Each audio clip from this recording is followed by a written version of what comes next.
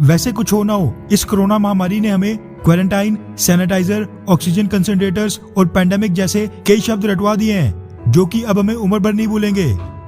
इसी के साथ जो सेकेंड वेव में ऑक्सीजन की भारी किल्लत देखने को मिली, उसने भी हमें ऑक्सीजन का सही महत्व दिखा दिया है। देश में मेडिकल ग्रेड ऑक्सीजन की इतनी कमी देखने को मिली कि कई लोग सड़कों पर तड़प तड़प कर मरे।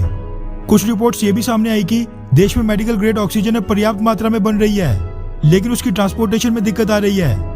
वैसे अब तो हालात बहुत ही बेहतर हैं, लेकिन जो मंजर आज से 3-4 हफ्ते पहले था, वो देखते ही रूह कांप जाती थी। शमशान घाटों में तो 2-3 दिन की वेटिंग चल रही थी, और ये सब देखकर तो दुश्मन का भी दिल पिघल जाए। भारत में इतने बुरे हालात देखकर कई देश भारत की मदद के लिए आगे आए। कई देशों ने ऑक्सीजन जनरेशन प्लांट्स भेजे, तो कईयों ने ऑक्सीजन सिलेंडर्स और कंसंट्रेटर्स। भारत की कई देशों ने मदद की, लेकिन एक देश ऐसा भी था जो भारत की इस मजबूरी में भी भरपूर फायदा उठा रहा था, और वो था चाइना। मौका देखते ही चाइना ने कालाबाजारी शुरू कर दी थी और ऑक्सीजन कंसंट्रेटर्स के दाम रातों रात 2 गुने और 3 गुने कर दिए थे, जो कि क्वालिटी वाइज इंटरनेशनल स्टैंडर्ड्स के आसपास भी नहीं थे। हालांकि इसमें अपनी नाकामी को भी नजरअंदाज बिल्कुल नहीं किया जा सकता, क्योंकि भारत में ऑक्सीजन कंसंट्रेटर्स ना के बराबर मैन्युफैक्चर होते हैं, और जो मैन्युफैक्चर होते भी हैं वो भी चाइना से कंपोनेंट्स को यहाँ पर मंगवाकर बस असेंबल किया जाता है। मतलब कि हम एक छोटे से ऑक्सीजन कंसंट्रेटर की इंडस्ट्री तक खड़ी नहीं कर पाए, फिर चाइना को मैन्युफैक्चरिंग में टक्कर देना तो दूर की बात है।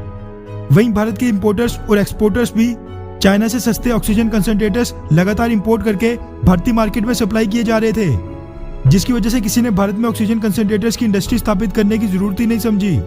वैसे अब तो पछताने का कोई फायदा भी नहीं है, उल्टा इसे सीख लेने का समय है, ताकि हम भारत में ऑक्सीजन कंसंट्रेटर्स की मैन्युफैक्चरिंग शुरू करें, जिनको फिर भविष्य में दूसरे देशों को भी एक्सपोर्ट किया जा सके। लेकिन इतना कुछ होने के बावजूद अभी भी इस फील्ड में किसी भी मेजर भारतीय कंपनी ने पैर नहीं रखा है, और हजारों लाखों ऑक्सीजन कंसंट्रेटर्स के ऑर्डर चाइना को दिए जा रहे हैं। मगर भारतीय सरकार की ये टेंशन दूर करने के लिए अब ताइवान सामने आ गया है, जिसने भारत के लिए बड़ा ऐलान कर दिया है। दरअसल the new Indian express, ताइपाई times और कई बड़े बड़े मीडिया हाउसेस के वाले से मीडिया रिपोर्ट सामने निकल कर आ रही है कि भारत को मदद के तौर पर ऑक्सीजन कंसंट्रेटर्स और सिलेंडर्स भेजने के बाद ताइवान की बड़ी कंपनी EMG टेक्नोलॉजी को लिमिटेड अब भारत में ऑक्सीजन कंसंट्रेटर्स की मैन्युफैक्चरिंग शुरू करने जा रही है।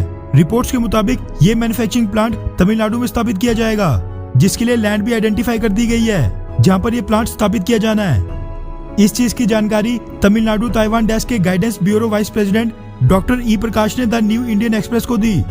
उन्होंने कहा कि ताइवान की फर्म EMG टेक्नोलॉजी अब भारत में ऑक्सीजन कंसंट्रेटर्स की प्रोडक्शन शुरू करने और इन्वेस्टमेंट से पहले एक इंडियन पार्टनर यानी इंडियन कंपनी की तलाश कर रही है, जिसके साथ मिलकर ये प्लांट स्थापित किया जाएगा।